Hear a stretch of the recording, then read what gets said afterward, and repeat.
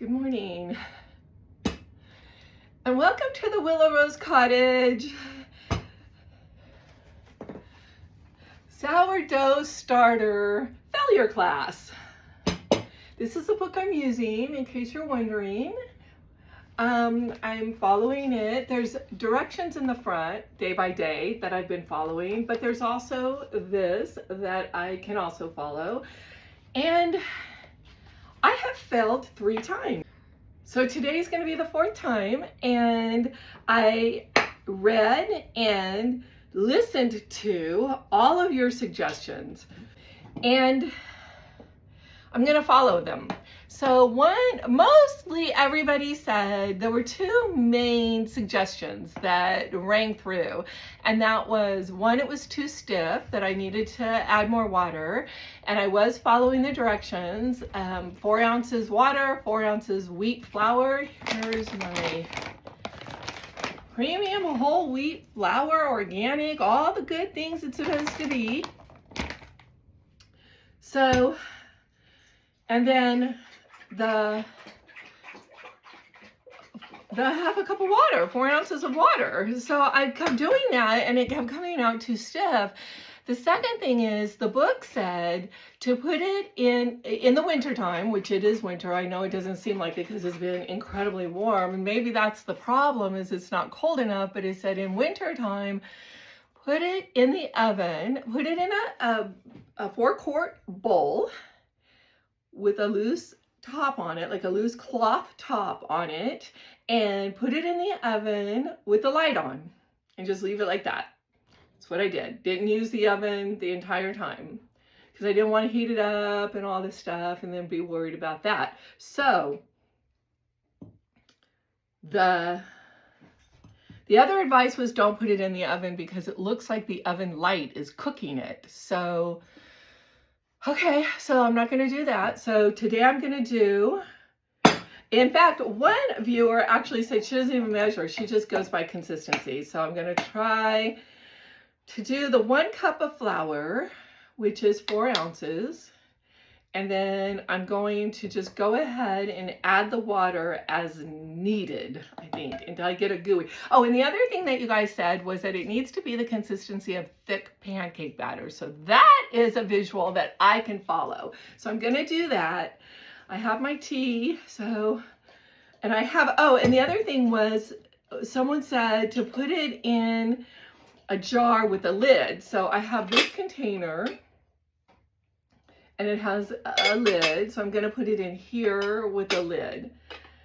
Because the only jar I have is a mason jar, and they're kind of big, so I'm going to go with this. If I fail, I'll try the mason jar. Do you think I should just try the mason jar? Should I just do the mason jar? I think I'm going to just do the mason jar. I'm just going to go with what I was told to do. Okay, so here's my mason jar. So the only thing I need to do really quick is I need to heat up my water to lukewarm. I've said this in other videos, how frightened I have been my whole adult life to start this, and this is why.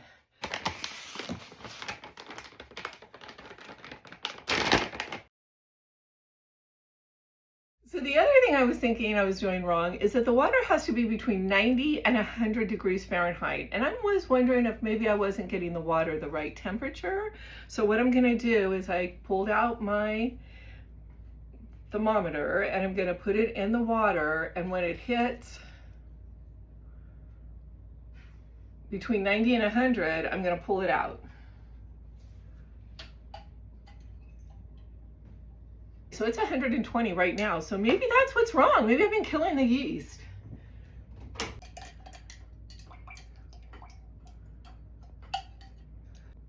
Okay, so it's at 100 degrees, and I want to feel what this feels like, because I'm kind of thinking, I thought lukewarm was a lot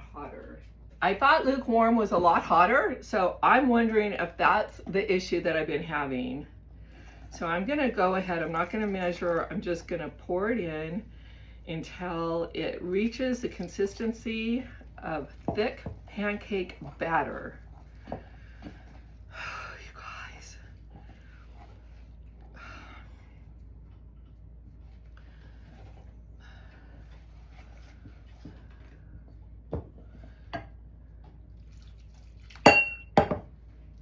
I might have been cooking it myself. It might not have been the light in the oven. This is tricky stuff, you guys.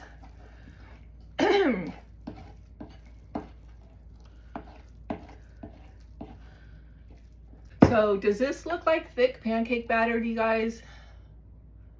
It does to me, so I'm gonna go ahead and go with this.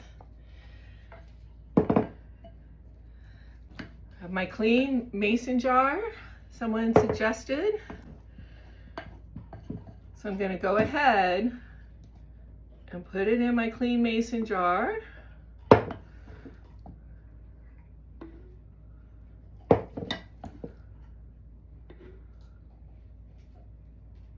Kind of looks like a mess.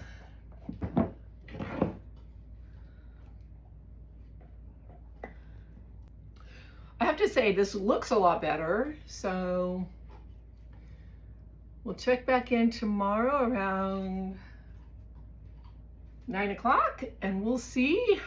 We'll see. I will report back. So I'm going to put the lid on it. Keep it from drying out. I'm not going to put it in the oven. Someone suggested next to the freezer or the refrigerator motor, but my refrigerator is kind of all tucked in really thickly and compactly, so I'm not sure where to put it at this point. I do have a overflow freezer, so maybe I'll put it back there, but that's a cold, cold room. Maybe since it has the lid on it, I can put it in the oven without the light on. I think that's probably the best place to put it.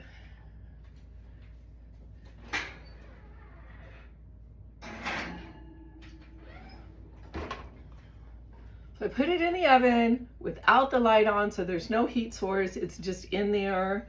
Hopefully, I don't know. I think right now I'm just going to relax, have a cup of tea, and think about what I'm going to do for the rest of my day. You guys have a great day as well, and see you back here tomorrow. We will either have success or try number 5. And thank you to everyone that posted on my video helping me try to figure out what I'm doing wrong. So thank you so much for that. And we'll see you later. Have a great day. Stay tuned and stay whimsical.